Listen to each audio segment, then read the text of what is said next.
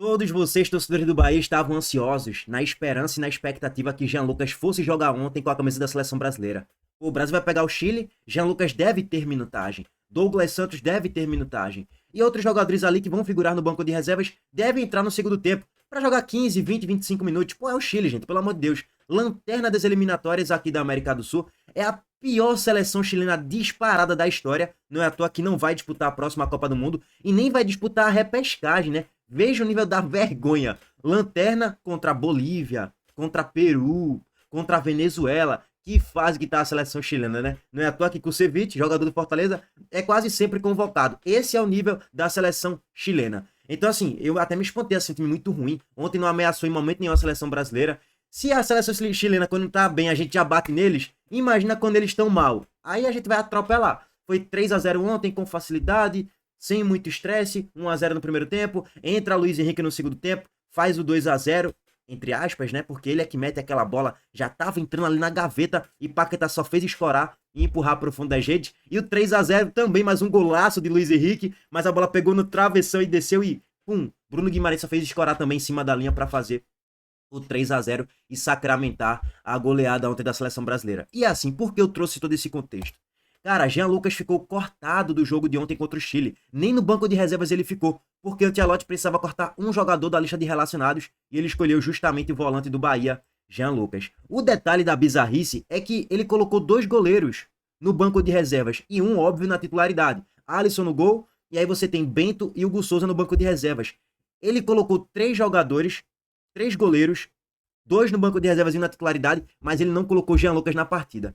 É bizarro, né? Dito isso, é o que eu já falei pra você, gente. Jean Lucas, a concorrência para o setor de volantes do Brasil é absurda, pô. Casemiro, camisa 5, beleza, titular absoluto ali, ok.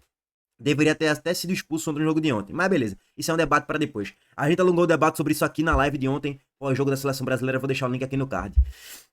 Bruno Guimarães fez um ótimo jogo ontem, fez gol. Gente, Bruno Guimarães é melhor do que Jean Lucas, pô. Ah, mas eu não gosto que você tá falando isso, é a realidade, gente. Bruno Guimarães é melhor do que Jean Lucas. Bruno Guimarães é titular no Newcastle na Premier League, pô. Jean Lucas daqui a 1, 2 anos ele pode alcançar esse nível, mas precisa se provar ainda mais, com mais consistência. Um ano atrás, a torcida do Bahia tava largando o aço Jean Lucas.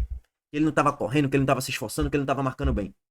O Bahia vinha oscilando negativamente de setembro em diante, né?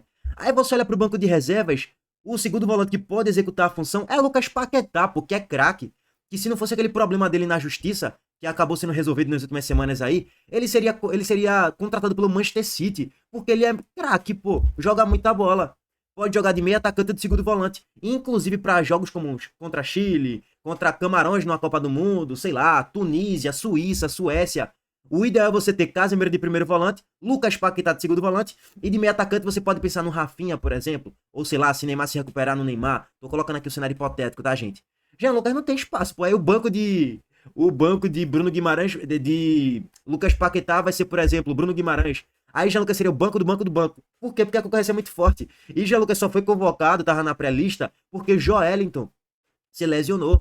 E Joelinton se provou mais numa Premier League da vida do que o próprio Jean Lucas, que não chegou nem a jogar, né? Ele jogou na Europa, na França e tal, mas não jogou numa Premier League, que o sarrafo é muito mais lá em cima. Aí Andrei Santos, também que pode jogar de segundo volante, deve estar nesse ciclo de Copa do Mundo, mas não é nenhuma garantia. Jean Lucas, acredito que ele deve ter minutagem nos próximos jogos aí da seleção brasileira, pelo menos contra a Bolívia. Na altitude ele deve ganhar minutos. Vai ser um absurdo se Jean Lucas não for testado. Tem que colocar o cara pra jogar. Eu não tô falando que ele não tem que ser utilizado. Coloca o cara pra jogar, já que convocou, tem que colocar. E aí ele vai ter que jogar muita bola em 20, 25 minutos para ele ter uma possibilidade de ser convocado novamente agora para os amistosos contra o Japão e Coreia do Sul daqui a um mês e meio. Então assim, é difícil, meu amigo. O sarrafo do setor de segundo volante na seleção brasileira é muito alto, pô. É a realidade. Então assim, dito isso, absurdo, né? Jean Lucas era para figurar sim entre os relacionados no jogo de ontem. Nem que ele não entrasse na partida, mas era para figurar lá entre os 20 e tralalá jogadores que ficaram no banco de reservas e outros que foram titulares, né? Bom, aí só um tom aqui de provocação. A galera vai ficar me detonando aqui no vídeo e tal, mas só pela resenha vale.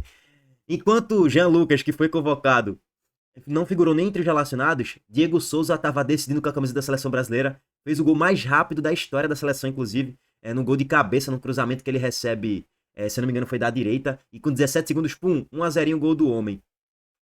Meus amigos, essa é a diferença, né? Diego Souza, na época que foi convocado, A seleção brasileira precisava de um camisa 9, né? A concorrência não era tão alta, tão pesada naquele recorte. Lá em 2017, um ano antes, basicamente, da Copa do Mundo de 2018. Acho que um ano antes, ou 7, 8 meses antes, por volta disso. E aí Diego Souza teria mais espaço naturalmente, isso é um fator fundamental. Mas ele já vinha de artilharia na Série A com a camisa do Sport.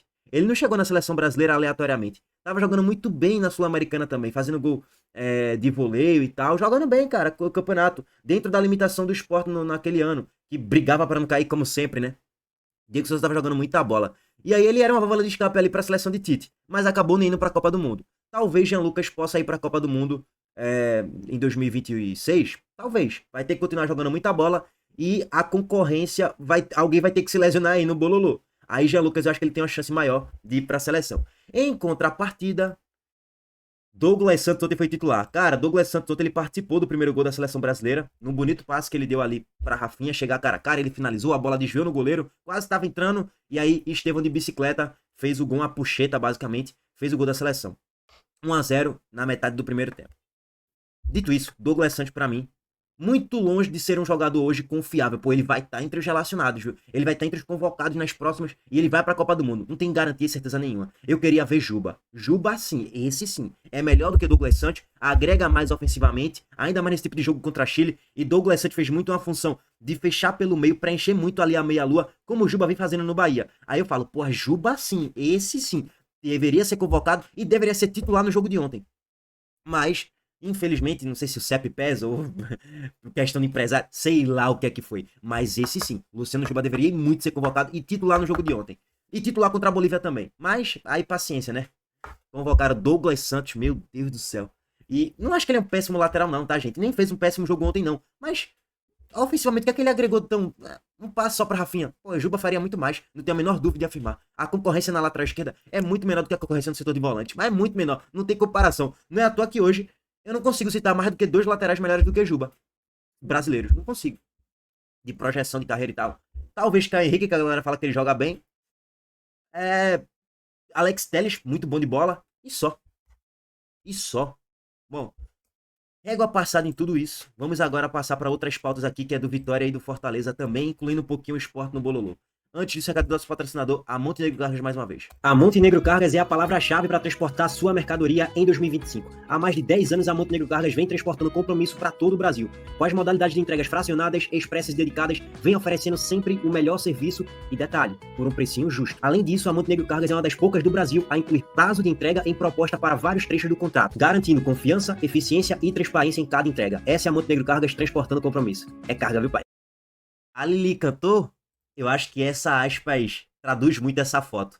Davidson ontem nos stories, ele publicou ele com o Magrão, com Emanuel Martínez e Zé Wellison. Um dos jogadores ali afastados por Renato Paiva. E assim, parece os baderneiros da escola, tá ligado? Que foram suspensos e estão passando ali um intervalo preso na sala de aula estudando. E aí, quando eles são liberados pela primeira vez, depois de um mês, porque fizeram besteira na escola, quebraram uma cadeira, quebraram a sala, ou sei lá, irmão, bateram em alguém, aí eles foram liberados. O cara que tá com a foto na mão, com o celular na mão, tirando a foto, é o mais baderneiro de todos. Pode ter certeza absoluta. Ele é o chefão, tá ligado?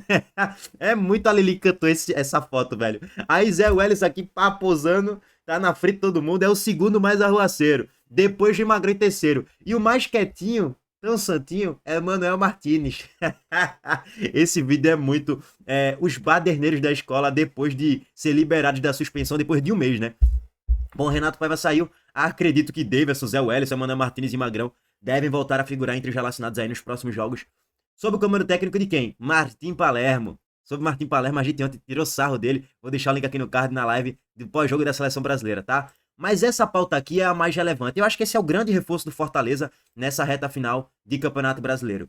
É Moisés, pô, que ficou lesionado por causa do empurrão de Davidson. Só que assim, bizarro, né, velho? Porque, cara, você fala, como é que esse cara passou tanto tempo no DM por causa de um empurrão, pô?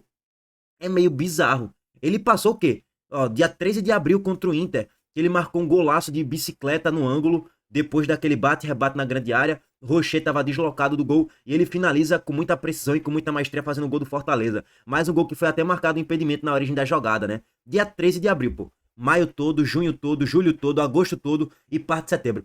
basicamente 5 meses fora dos gramados por conta de um empurrão de Davidson. Tipo assim, não é normal, pô. Ele sofreu uma lesão muscular na coxa esquerda. Tá ligado, pô? Tipo, não era pra ele passar tanto tempo por causa de um simples empurrão de Davidson na comemoração do gol.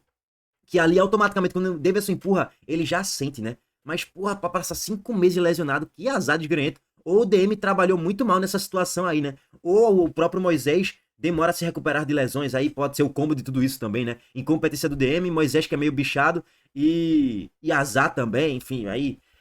Aí eu não sei exatamente como é que funcionou esse procedimento da recuperação de Moisés. Mas assim, esse é o típico jogador que ele eleva o patamar do Fortaleza do meio pra frente. Tipo, se Moisés jogasse nesses últimos 5 meses, o Fortaleza teria pelo menos uns 4 ou 5 pontos a mais. O Fortaleza estaria com 19, 20 pontos. Ainda estaria vivo na briga. Mas tem 15. É o virtual rebaixado, meu amigo. Não vai ser Moisés o jogador pra colocar o Fortaleza em um outro patamar e agora o Fortaleza vai ficar na Série A. Não vai. Agora, dito isso, contra o Sport ele vai fazer gol. É bizarro. Ele é pai do Sport mesmo. Todo jogo ele faz gol no Sport. E é surreal, pô. Enfim, o meu terror tá de volta. E daqui a 2 jogos tem Sport Fortaleza no Castelão, onde ele deita e rola. É, meu amigo, não é mole não. Mas vamos ver, né? Vamos ver como é que vai ser aí o próximo confronto entre Sport e Fortaleza. Régua passada nisso. Bocão largou o aço, soltou a bomba aí sobre a crise financeira no Vitória. Vambora. Uma bomba do Vitória que Zé Eduardo vai falar agora. Já tá na linha? Já tá aí? Bota a vinheta da maior audiência do rádio da televisão brasileira. José Eduardo. Boa noite, Zé. Uma bomba não, a realidade que se encontra o Esporte Clube Vitória. A Bahia vai saber agora da verdade, porque a mania dele é dizer que eu sou tumultuador. O Zé Eduardo é tumultuador, porque eu sei das coisas e falo a verdade. O Vitória está quebrado. O Vitória não tem dinheiro. O Vitória não tem um centavo para contratar jogador. Irresponsavelmente, ontem o Conselho Fiscal aprovou um empréstimo louco, alucinado, irresponsável. Vocês vão pagar por isso. O Vitória vai pedir um empréstimo de 43 milhões a um fundo de investimento para pagar os juros que vai dar quase 66 milhões. Eu desafio o Fábio Mota, Ou seja, um prejuízo de 23 milhões basicamente, né? Tu vai ter um empréstimo de 43 para depois ter que pagar 66 no longo prazo, né? Médio e longo prazo, pelo que eu entendi. desafio o Nilton Sampaio, desafio o Raimundo Viana, presidente do Conselho Fiscal, no qual tenho um grande respeito. Vocês não podem fazer isso com Vitória. Já antecipou a receita da cota da Globo de televisão e agora vai pedir um empréstimo de 40 milhões de reais para pagar 60 milhões com juros. E quem entrar no clube vai pegar essa porrada aí, porque não tem dinheiro. O Vitória não tem grana. Agora que vai começar, não tem dinheiro para pagar salário de jogador, não tem dinheiro para pagar salário de funcionários. É uma notícia gigantesca e bombástica que eu estou trazendo aqui, que o Tasso Caldas sabe do que eu estou falando. Vai para o Conselho Deliberativo do Vitória e o Conselho não pode aprovar esse empréstimo maluco, alucinado. Vocês não podem fazer isso com o Caixa do Vitória. Se virem para pagar e ainda querem ter arena, tem um centavo, e não querem ter SAF por causa da vaidade. É, meu amigo, isso é muito impactante, viu? Segundo o Zé Eduardo, mais conhecido como Bocão, o Vitória ele não tem dinheiro para pagar os salários de jogadores até o final do ano. E vai ter que solicitar a esse...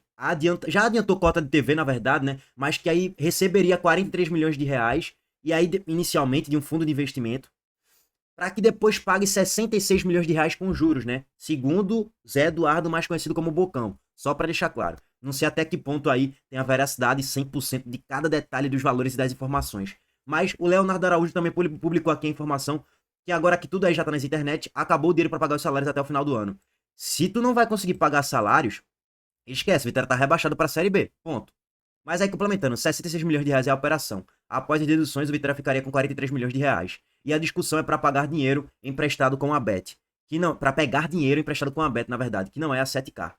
Em troca, o Vitória vai repassar 15% das cotas das receitas de acordo da TV Globo até 2029, se ficar na Série A. Se cair, pode durar muito mais. Olha o rombo e o buraco que o Vitória vai se afundar. Adiantamento de cota de TV, pedir empréstimo, de fundo de investimento e não sei o que para pagar com juros, isso aí afunda o teu clube no buraco financeiro. Que pra tu se recuperar, demora, viu? Anos e anos pra tu se recuperar. Talvez com 5, 10 anos tu se recupere 100% disso aí. Se tu conseguir desportivamente, conseguir bons resultados, né? Enfim, é um debate longo sobre isso. Só tô passando aqui a superfície da informação, tá, gente? A ponta do iceberg. O Conselho Fiscal já aprovou com 6 votos favoráveis contra 2 votos contra da FVP. Votação agora vai para o deliberativo. Isso é que conseguimos consolidar as informações. Propositadamente, tudo vem sendo sempre muito confuso e atropelado. O Conselho Fiscal, convocado dia 1º de setembro e votou no dia 3 de setembro. O Conselho Deliberativo vota semana que vem. E para ter acesso aos documentos, só indo lá pessoalmente. Se for aprovado, esqueça a SAF de respeito, esqueça a Arena, só vai ter SAF fake mesmo. Ou seja, só mentirada, né? E para complementar, Fábio Mota falou um pouco sobre isso aí, viu? Ó, havia informação de que o Conselho Fiscal teria aprovado a movimentação financeira e que o assunto já estaria no Conselho Deliberativo do Vitória. No entanto, ao BNews, o presidente do Vitória, Fábio Mota, esclareceu que o dinheiro seria proveniente do adiantamento de uma verba de TV. Além disso, o gestor detalhou que todo o recurso iria para o pagamento de dívidas do clube. Abre aspas, fake total. Não existe isso. O assunto está no Conselho Fiscal, que foi para o Deliberativo. Não tem empréstimo. Após debater o assunto no Conselho, faremos nota. Não tem empréstimo. É direito de TV. Não vai ficar devendo. É venda de ativo, declarou o mandatário rubro-negro. E aí ele complementa. O Vitória, assim como o Sport, Ceará, Fortaleza e CRB, recebeu a proposta de investidor sobre o direito de TV. Todos eles já fizeram e receberam ano passado e já gastaram. Verdade. O Sport já pegou parte aí dessa cota de TV, principalmente naquela questão da Libra, da LFU e tal. O Sport já recebeu o adiantamento disso. E aí já investiu, né? Já gastou em contratações, em pagamento de salário, em pagamento de dívidas. Aí eu não sei exatamente o percentual de cada valor desse para onde é que foi destinado. Aí eu não sou Yuri Romão também, né, gente? Nós submetemos ao Conselho Fiscal e Deliberativo e será debatido por eles. No Conselho Fiscal já foi aprovado. Agora vai para o Deliberativo. Caso seja aprovado, será para o pagamento de passivos do clube, Justiça do Trabalho, impostos municipais e federais como PS, Banco Central, instituições financeiras, todos os débitos do passado que precisam ser pagos. Disse Fábio Mota, citando o PS, programa do governo federal, que parcela as dívidas tributárias como FGTS. Foi mal, tá, gente? Tá, que eu vou ter que subir. Como FGTS, INSS e IR. Bom, tá aí. Segundo o Fábio Mota, não é para pagar salário nem contratações hipoteticamente, não. É para pagar passivos do clube. Se for exatamente isso, não tem nenhum escândalo, não. Normal, natural. Para tu pagar dívidas do clube, ok. Agora para pagar salário, aí é de uma irresponsabilidade surreal, tá? Bom, é isso. Tamo junto, tamo de volta mais tarde. Deixa o like no vídeo, se inscreva no canal e ativem o sininho de notificações também. Valeu, gente.